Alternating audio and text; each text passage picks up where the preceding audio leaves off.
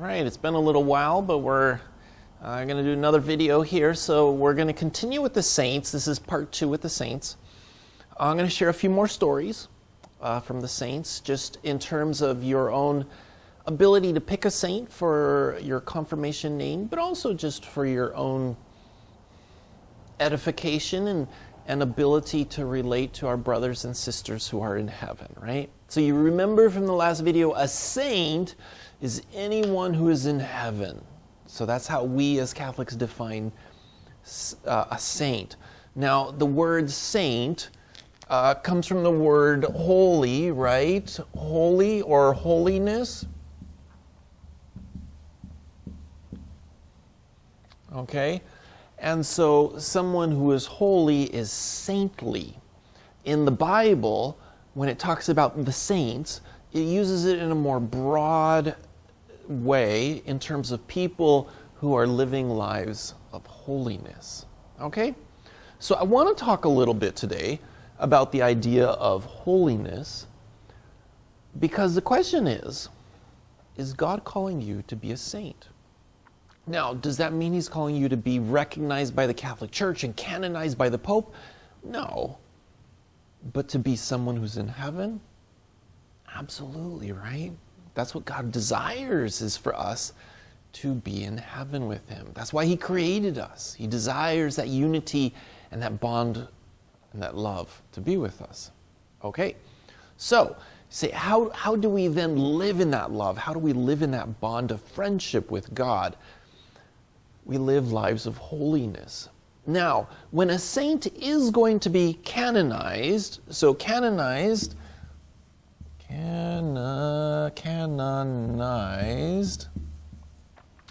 what that means is they're going to be recognized by the church as someone to be exemplified, somebody to be looked up to. Okay? There's a process to that. Now, I'm not going to go through the whole process. I'm going to talk about a couple parts of it because I think they bear fruit for us to say, if that's what the Catholic Church looks for in the ideal person of holiness, then how can I have that in my own life? Or how can I keep trying to grow in that in my own life? Okay? All right. So the canonization process is the church discerning who we want to recognize as a saint publicly here on earth. Okay? All right. So a couple things about that. So the first thing they look for when they're trying to decide whether or not to canonize somebody is they look for how they have manifested the theological virtues. Now, that should at least sound familiar because I know we've talked about these, okay? The theological virtues. These are the virtues. When we say theological, it means, so theo is God, right? So these are the virtues that come from God. They're not just us doing it, but they are by God's grace. So these are virtues that come through grace, right? Okay, there's only 3 of them. So we have faith, hope, and charity.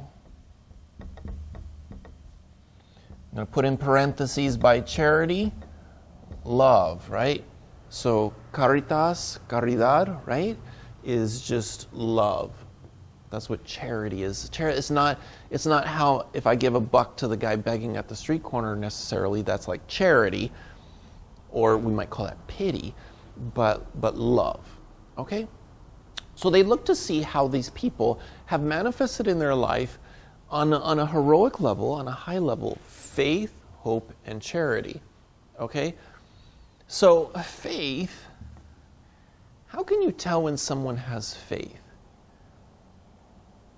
You can see it in their decisions, right? You can see it in how they think about things, how they process the world around them in millions of little ways. So for example, you have a friend who comes up to you and says, hey, I downloaded some great songs and I didn't have to pay a penny for them. You're like, So you said, so did you pirate them? Yeah, isn't it great? I mean, isn't it great how you can get stuff for free, movies and music off the internet? And so someone who has faith is already processing, and it's like, that's stealing, right? And my desire, maybe I'm tempted by that, right? But my desire is to not steal, because that's wrong. I wouldn't want people to steal from me, right? 'Cause the golden rule, do unto others as you would have them do unto you. I wouldn't want people to steal from me. If I invented something, if I created a song or a movie, I would want people to pay for it, right? So, someone with faith thinks about things through the lens of that faith. So, if you have this relationship,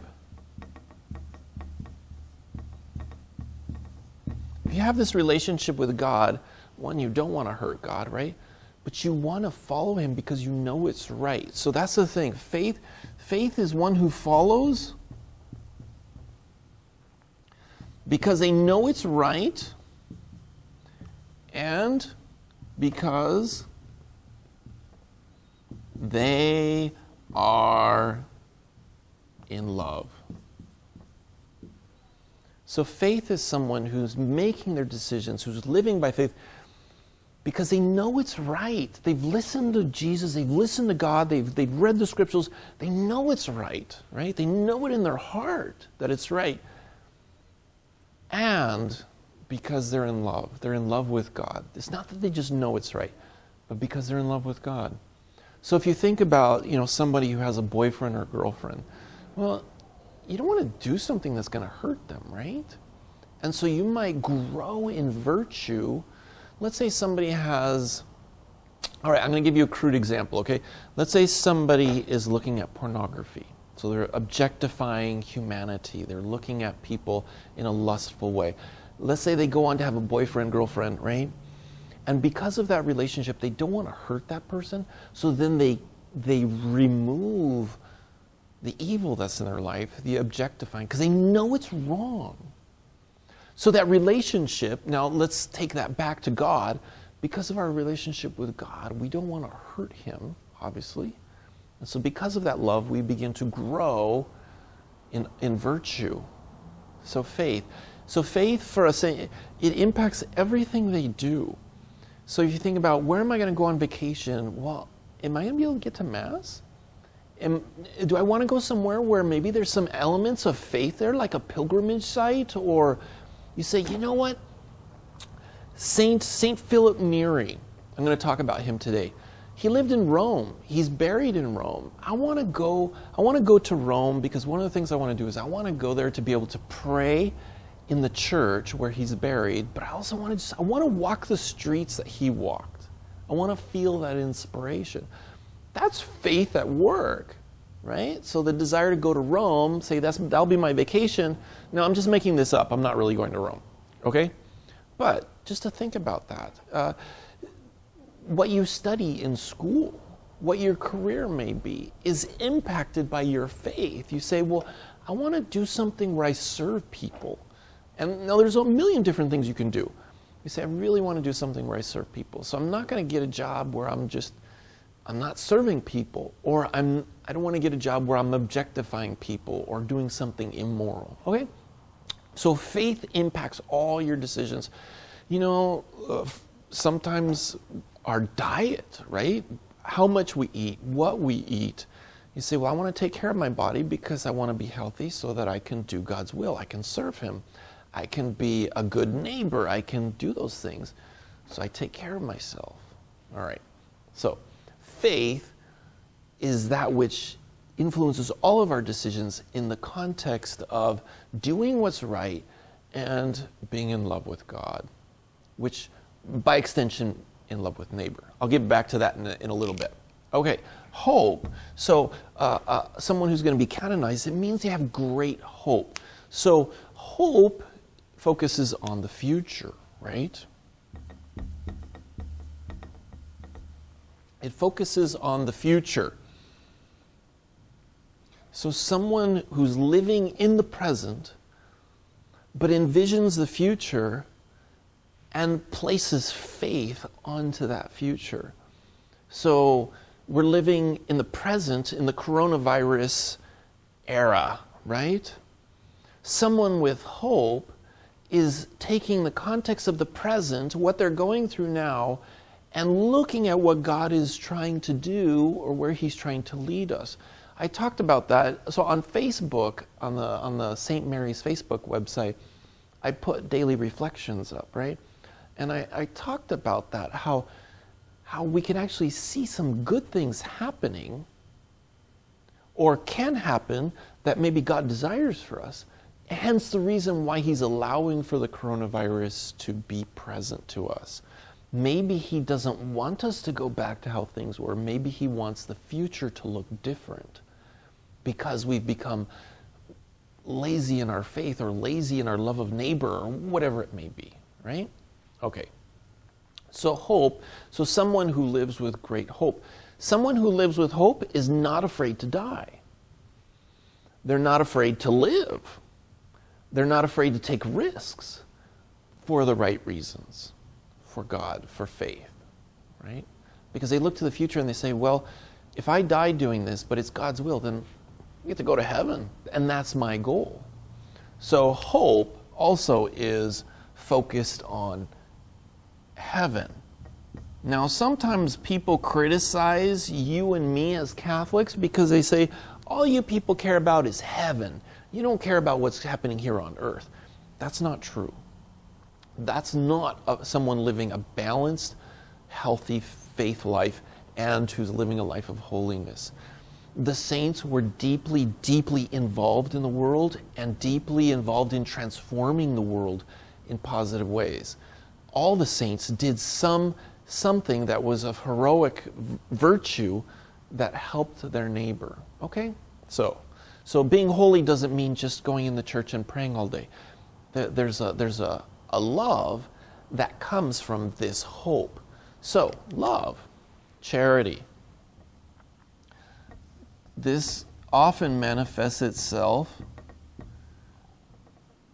in our love of our neighbor. Don't think of neighbor as the person who just lives next to you, okay? Neighbor is everybody. Neighbor is your friend, it's your enemy, it's the stranger you don't know. Neighbor is, it's such a great word because it just includes everybody. Okay, so a saint, a canonized saint, is one who showed love on a very high level. Again, I'm going to get to some examples here in a second. But you will see these three things in their life very clearly. So what does that say about us as we try to get to heaven? Or as you try to help me get to heaven, or I try to help you get to heaven? How we can help each other have more faith in God, which influences so that we can make right decisions, right? And that we can be more in love with God in that. How we look at the future, we see God working. Now, what do you think happens to a person who sees what God is doing? They have joy. It's like, wow, I see what God's doing. Okay? All right. Gives them such confidence and courage. All right. Charity and love. It gives them a desire to help.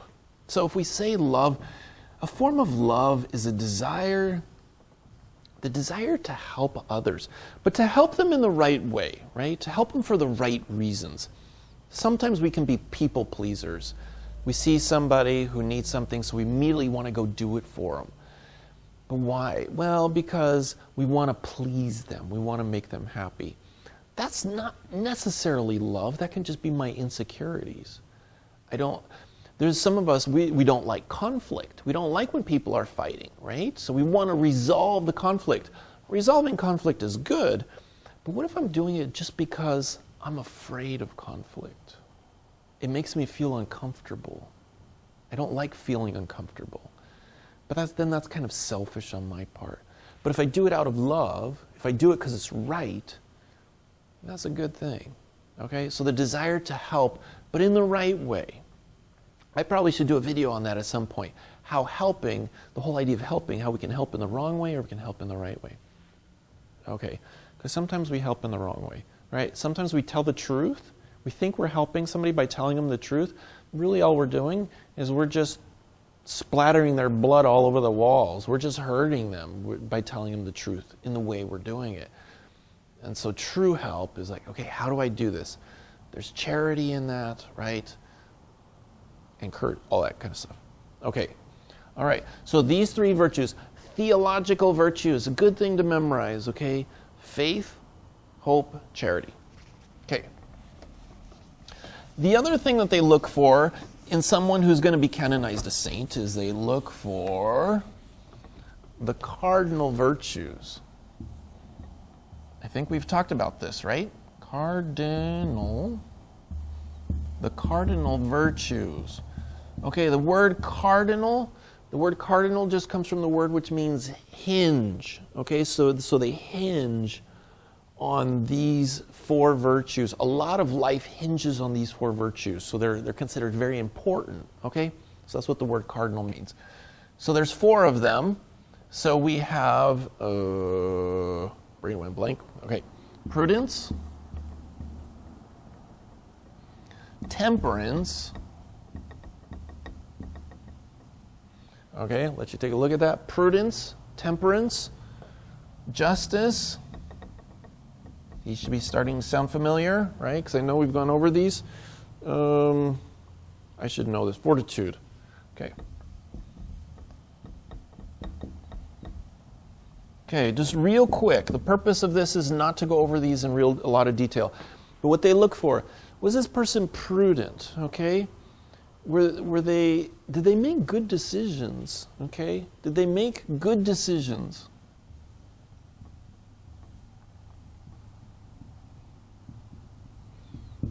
Did they make good decisions, or were they rash? Were they quarrelsome? Were they people who disturbed the peace? Those are all bad things, right? Prudence is an element of someone who makes good decisions and says, okay, let's do what's best. Okay, so someone who can do what is best. Okay, I know that's very general, but you could just take it for that. Okay, prudent is somebody who can be able to incorporate that in their life. Temperance is the ability to be balanced. And I don't mean standing on one foot, right? I don't mean that kind of balance. But they're balanced in life. So in other words, someone who's intemperate often has like addictions, right? So they're not balanced. So they look at their phone too much. They play too many video games during the day, too many hours and hours and hours of video games. That's not temperance. That's intemperate. It's not balanced. It's not healthy.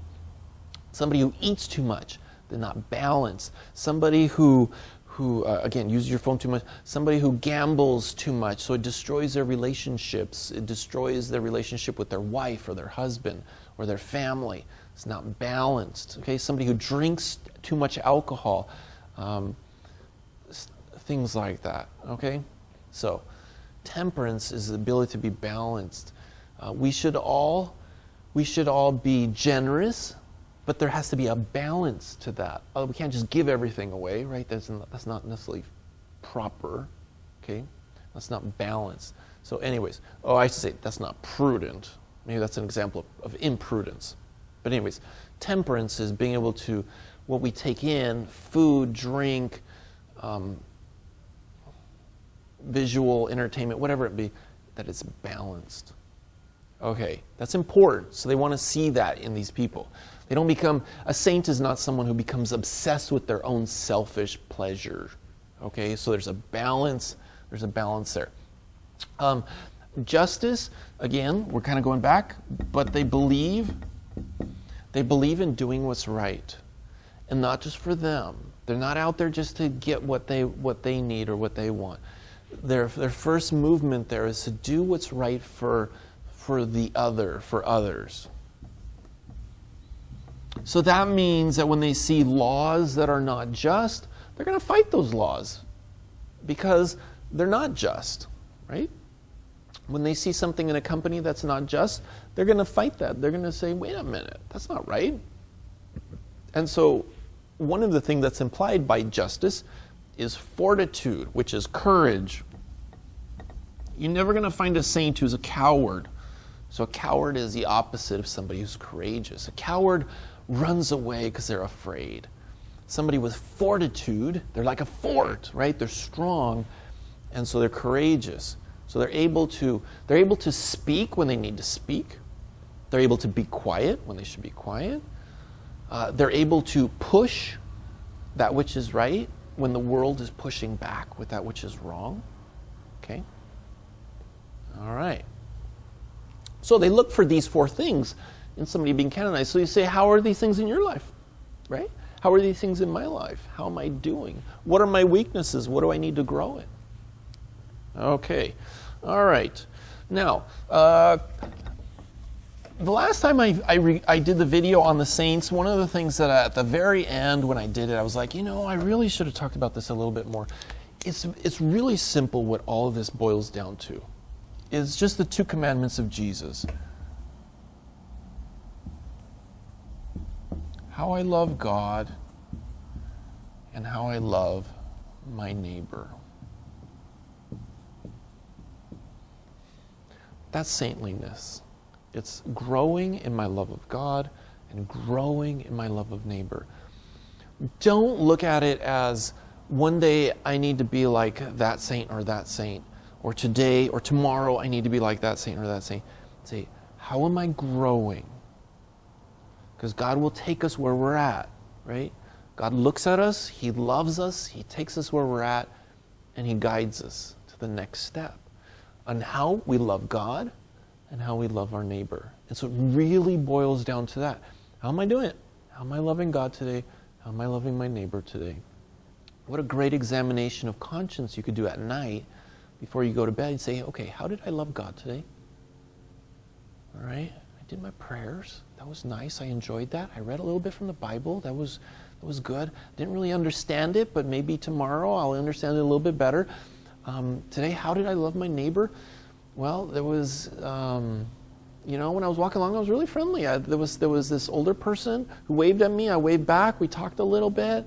It was nice. I had the example of love of neighbor. Okay?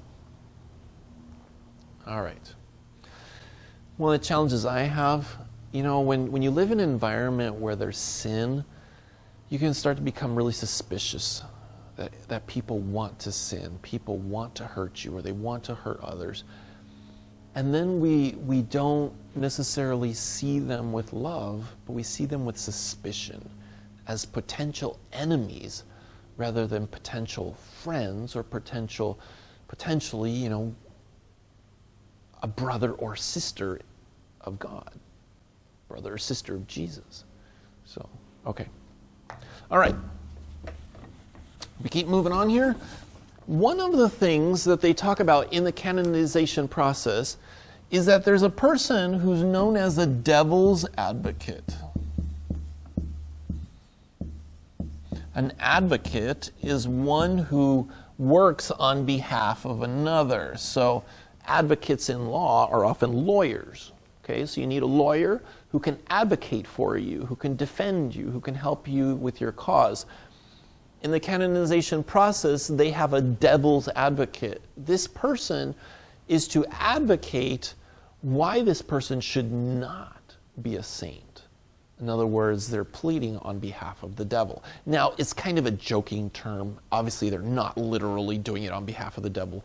But what they try to do is find fault with the person's faith, hope, or love, or prudence, temperance, justice, and fortitude, right? Or how they love God, or how they love their neighbor. They try to find faults with it.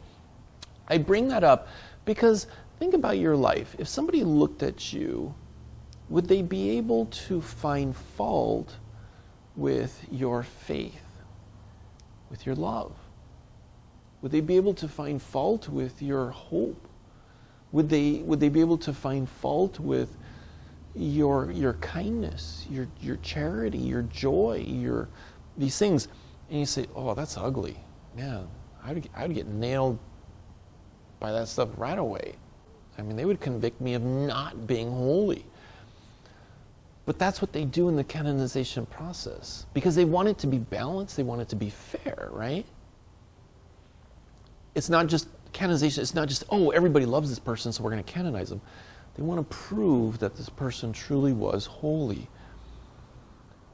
Could that happen in your life right now? What in your life would they prove in ways that you really are holy? Or would the devil's advocate, looking at your life very critically, say, look at how this person, they play video games all day. This person's not holy. They just think of themselves. Their mom's constantly asking them to do their chores, and they never do their chores. This person just thinks of themselves. All right, see? You see how I'm being a little edgy? You see how it kind of hurts to hear that? That's what the devil's advocate does. And I think it's good, on some level, to always have somebody in our life who's kind of like this. We give them permission. So call them a spiritual director, a mentor, somebody we give permission. Even if we don't tell them we gave them permission mentally, I say, okay, when that person tells me things that I don't necessarily want to hear about myself, I'm going to listen to it and try to grow. Okay? We give them permission to correct us, permission to chastise us even sometimes. That's to really say that's wrong. We give them permission to do that because we want to get better. This is like an athlete who tells their coach and says, look, I really need to get better, so I want you to pick apart what I'm doing so that I can get better. Okay? All right. So we give them permission to challenge us.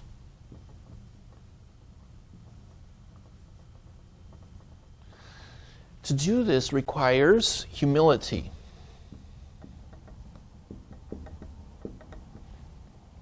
Okay? It requires humility to do that, which you'll see in the saints. Okay, real quick. Man, I'm taking too long here. Right.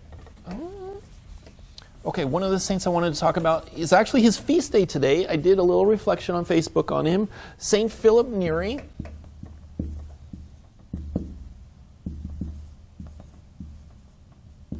Saint Philip Neri, he lived in Rome about 500 years ago.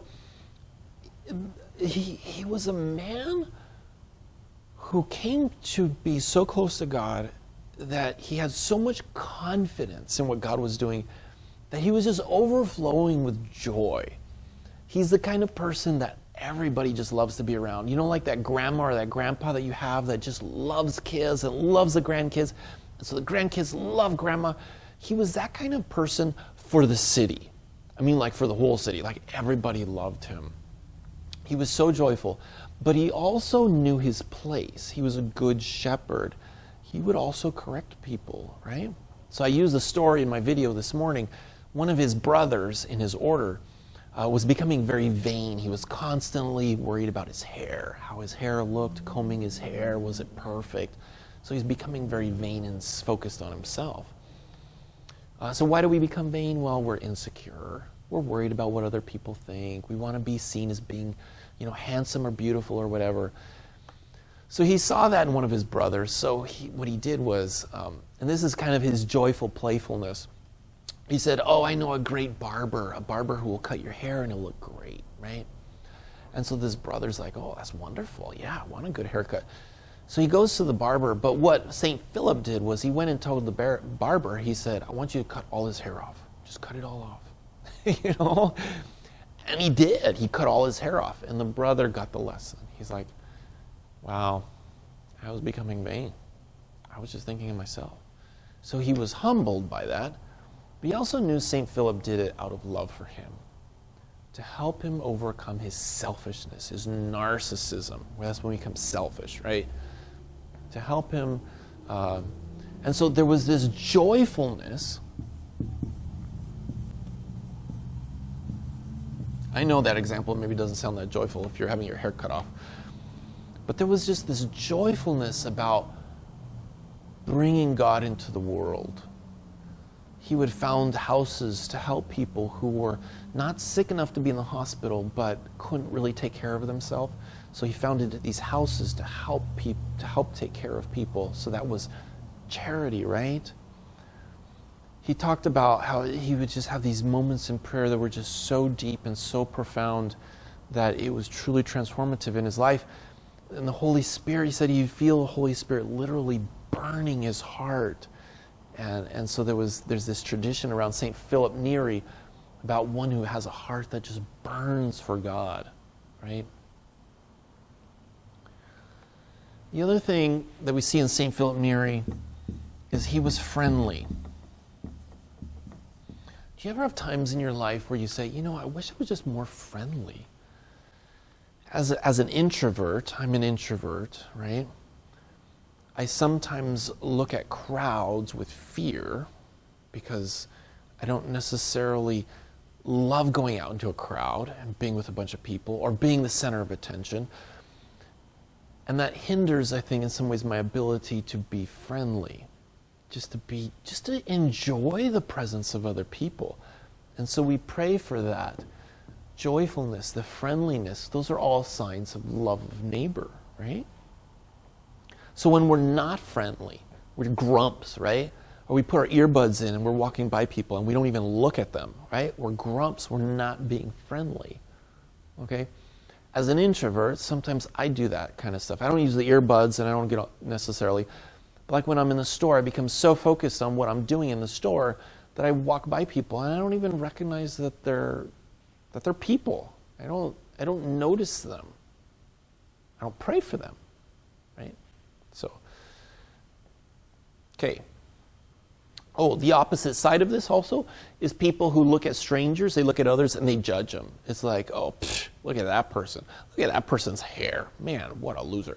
Look at how that person's dressed. Gosh, can you believe it, right? That's the opposite. That's what the devil's advocate would see in us and say, ugh, they're not holy, right?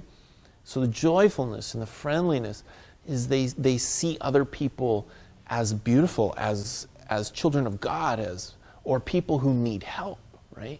Remember how I said that? Charity is people who look on others and say, oh, that person needs help. There's someone using drugs. That person needs help, right? That person has an addiction. That person needs help, but it's out of love. Okay, all right, so St. Philip Neri. If you want to learn more about him, you can go online, learn about him, type his name in, St. Philip Neri. Look at Wikipedia, okay? There's a movie on him. You could find the movie on him. Okay, St. Ignatius of Loyola, who was a friend of St. Philip Neri.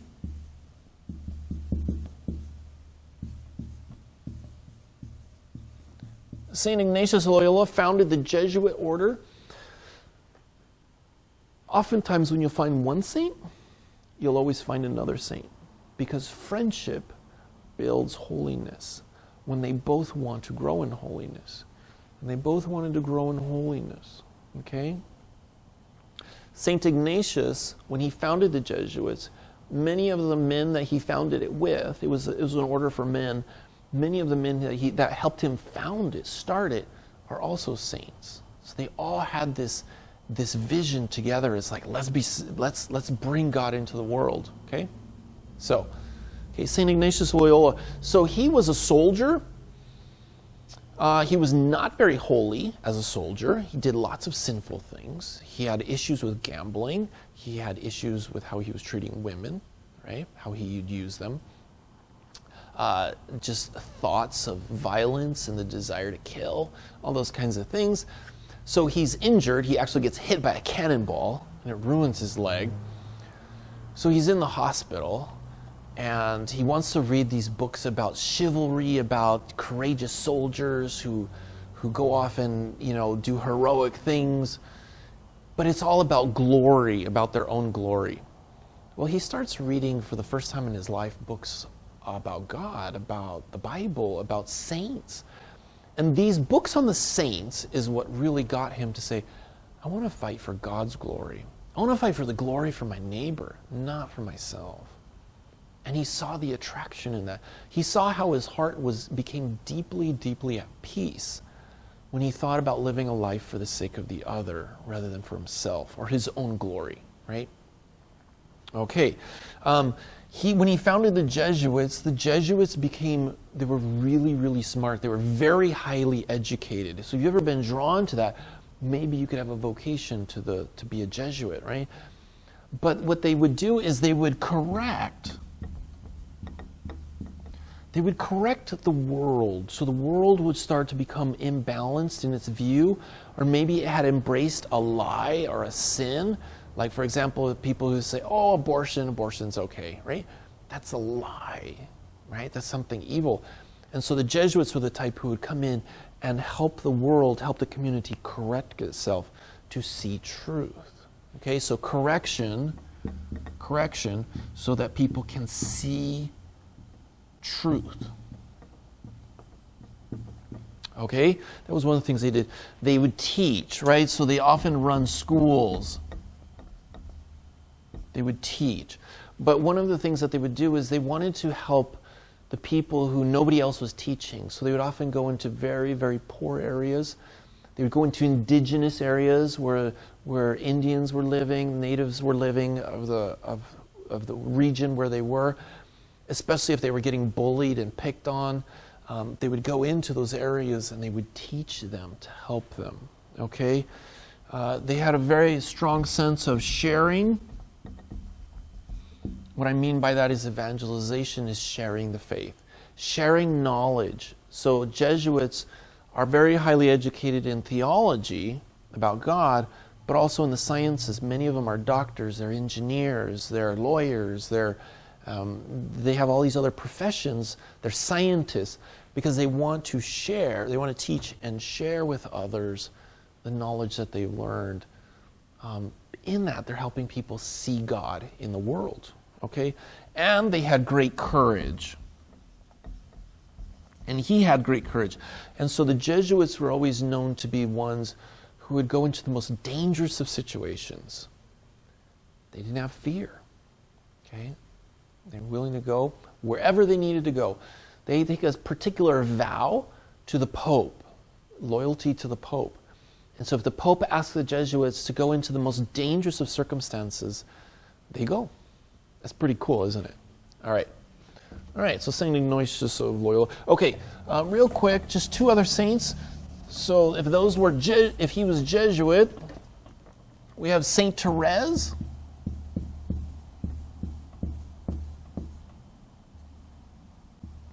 Saint Therese of Lisieux.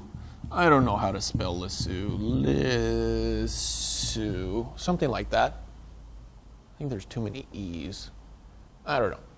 It's in France. Saint Therese of Lisieux. She was a Carmelite nun. Okay. The founder of the Carmelites was Saint Teresa of Avila in Spain. Okay.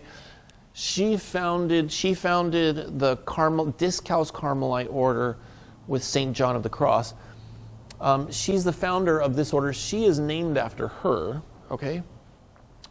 They belonged to the same order, but they were so different.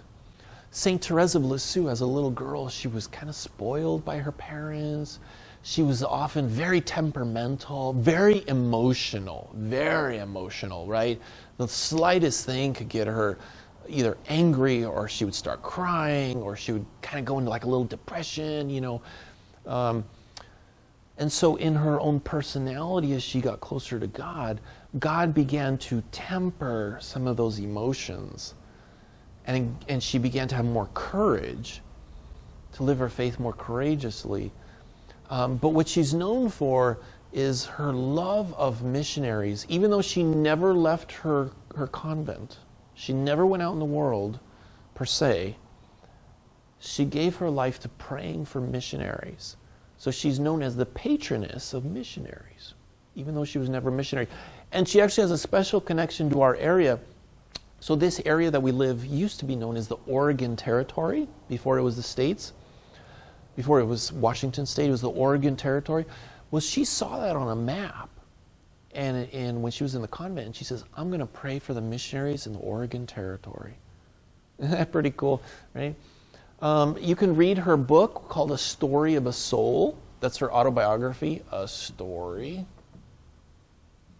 of a Soul. So her parents are actually canonized saints now. And she had three sisters who entered the religious order, and I think two of them are in the process of being canonized. She belonged to a family that was just incredible, and they had their difficulties. Her dad struggled with some mental illness after his wife had passed away. Her mom, her dad's wife, her mom has struggled with health problems and died fairly young, right? So not everything was easy in that family, but there was a lot of holiness, lots of love. All right? Saint Teresa of Avila was far more courageous. She was a leader. Saint Therese of Lisieux was not going to be the leader. She was the follower. Saint Teresa of Avila was the leader. She was persecuted. She was treated horribly when she founded this order because people were jealous. People don't like change, and she was bringing change. Her order was reformed, so that means that they were much more strict than the other orders. So the other orders were much more lax. They were kind of lazy. And she was trying to root that out, so they didn't like that. They were mad at her. She was very humble. Anything her spiritual director told her to do, even if she knew it wasn't necessarily the right thing, she would do it. Because she knew that obedience was one of the most powerful virtues. And she would obey. There was this movie made about her in Spanish. It's really long. It's like 8 hours long or something, 6 hours long. But in the movie, they show her spiritual director celebrating Mass. And she's coming up to receive communion. And back then, the priest could refuse somebody communion, or it was more common.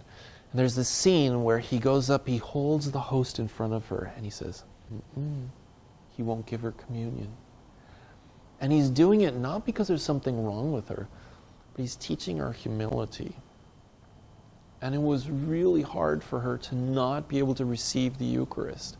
Maybe you can relate to that. And you say, I wish I could receive the Eucharist because of the coronavirus thing.